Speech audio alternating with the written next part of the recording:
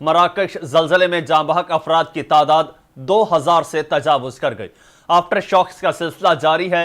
سب سے زیادہ متاثرہ صوبوں الحوض میں 1293 اور تارودانت میں 452 اموات کی تصدیق ہوئی۔ ان دونوں خطوں میں کوہ اطلس کے قلب میں بکھرے ہوئے بہت سے دیہات شامل ہیں۔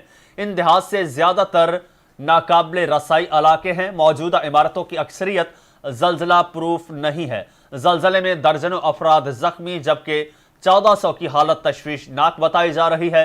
حکومت کا انسانی جانوں کے ضیاع پر ملک میں 3 روزہ سوگ کا اعلان۔ زلزلے سے مراکش میں کئی دیہات صفحہ ہستی سے مٹ گئے۔ لاشیں نکالنے کا عمل جاری ہے۔ زلزلے سے ہونے والی ہلاکتوں کی تعداد 2012 تک جو ہے وہ پہنچ گئی ہے اور وزارت داخلہ مراکش نے یہ تصدیق کی ہے۔ زلزلے کے مرکز کے آس پاس واقع کئی دیہات مکمل طور پر تباہ ہو گئے ہیں اور حکام کی طرف سے تباہ شدہ علاقوں کی تعمیر نو پر کام کرنے کے عزم پر زور دیا گیا ہے۔ 6.8 شدت کا زلزلہ پہاڑی علاقے اٹلس میں آیا۔ مرکز مراکش کے جنوب مغرب میں 75 کلومیٹر دور تھا۔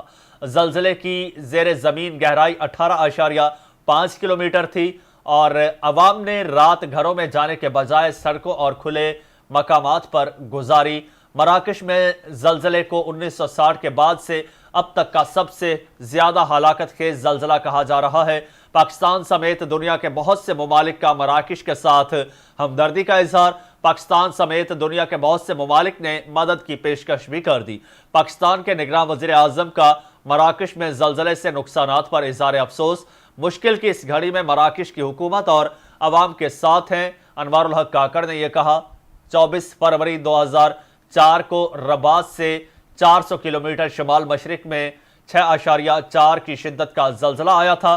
اس وقت آنے والے زلزلے کے نتیجے میں 628 افراد ہلاک اور شدید زخمی بھی ہوئے تھے اور 29 فروری 1960 کو 5.7 شدت کے زلزلے نے مغربی ساحل پر واقع اگادیر شہر کو تباہ کر دیا تھا۔ اس زلزلے میں 15,000 سے زائد افراد جاں بحق ہوئے تھے اور یہ تعداد شہر کی 1/3 آبادی کے برابر تھی۔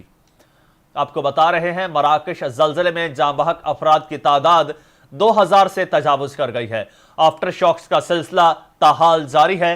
سب سے زیادہ متاثرہ صوبوں میں الحوض میں 1293 اور تارودانت میں 452 اموات کی تصدیق ہوئی ہے۔ ان دونوں خطوں میں کوہ اطلس کے قلب میں بکھرے ہوئے بہت سے دیہات شامل ہیں۔ ان دیہات سے زیادہ تر ناقابل رسائی علاقے ہیں۔ موجودہ عمارتوں کی اکثریت زلزلہ پروف نہیں ہے۔ زلزلے میں درجنوں افراد زخمی جبکہ 1400 کی حالت تشویشناک ہے۔ حکومت نے انسانی جانوں کے ضیاع پر ملک میں 3 روزہ سوگ کا اعلان کیا ہے۔ زلزلے سے مراکش میں کئی دیہات صفحہ ہستی سے بھی مٹ گئے ہیں۔ لاشیں نکالنے کا عمل جاری ہے۔